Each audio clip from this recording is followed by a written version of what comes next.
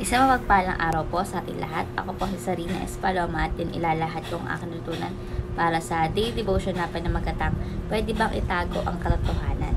So, ang ating concept is inner sense of God, meaning instinctive awareness of God's existence that every human being has. This inner sense is not learned through external teaching but is embedded in our very nature as image bearers of God.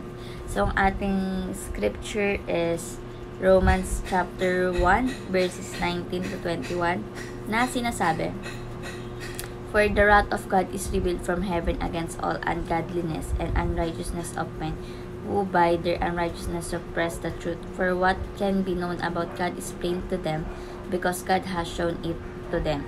For His invisible attributes, namely His eternal power and divine nature, have been clearly perceived ever since the creation of the world.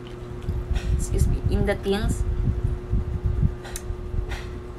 that have been made, so they are without excuses. For although they knew God, they did not honor Him as God or give thanks to Him, but they became futile in their thinking, and their foolish heart were darkened." So, ang ating katuruan is number 1, the truth of God is present in every human heart. So, meaning to say, may kaalaman tayo tungkol sa Panginoon Diyos sa ating puso. Ipinapakita niya ang kanyang sarili sa ating budhi at sa kanyang nilikha. Diba? So, the truth of God is present in every human heart. So, number 2, the human heart suppresses this truth. So, dahil sa kasalanan, pinipigilan o itinatanggi ng mga tao ang katotohanan ng alam niyang tungkol sa Panginoon Diyos. Diba? Kahit na, like for example, kahit alam ng isang tao na mali ang kanyang ginagawa, minsan pinipilit niya pa rin ito at binabaliwala lang yung konsensya. So, the human heart suppresses this truth. And number 3, the Spirit convicts the heart to repentance. So, ang Holy Spirit ang gumiging sa puso ng mga tao para magsisi at bumalik sa ating Panginoon Diyos. So, the Spirit convicts the heart to repentance. So, bilang application po, number 1, recognize that God is not hiding from us. So, kilalanin natin ang Panginoon Diyos.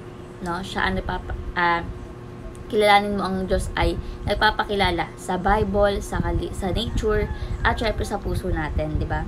So, for example, habang pinagmamasdan mo yung mga nature, yung bundok, isipin mo na ang Diyos ay malapit at nagpapakilala na. So, anytime, anywhere, darating si Jesus. So, recognize that God is not hiding from us. Number 2, renew your commitment to love and serve God. So, dahil alam mo yung katotohanan, piliin mong sumunod at magmahal sa Panginoon Diyos araw-araw, no? Like, example, like sa pag-pray mo, Lord, thank you, gusto ko pong muling ialay yung buhay ko sa iyo, ganyan. So, renew your commitment to love and serve God. And lastly is respond in worship as you behold God's creation. So, kapag nakita mo yung kagandahan ng nature o ng world, sumagot ka lang na may papuri sa Diyos ang mga lumikha nito. Like, habang sinagan ka naman ng araw o nakita ka na magandang tanawin, nag-nature ka, like, sabi mo, thank you Lord, no, sa iyong kabutihan at kagandahang nilikha mo. No, napakagandang nilikha mo. So, respond in worship as you behold God's creation. So, ayun lamang aking natulang sa daily devotion na yung matunan kayo. May share sa iba at super ma-apply sa ating buhay. Thank you sa pakikinig at God bless po sa ating lahat.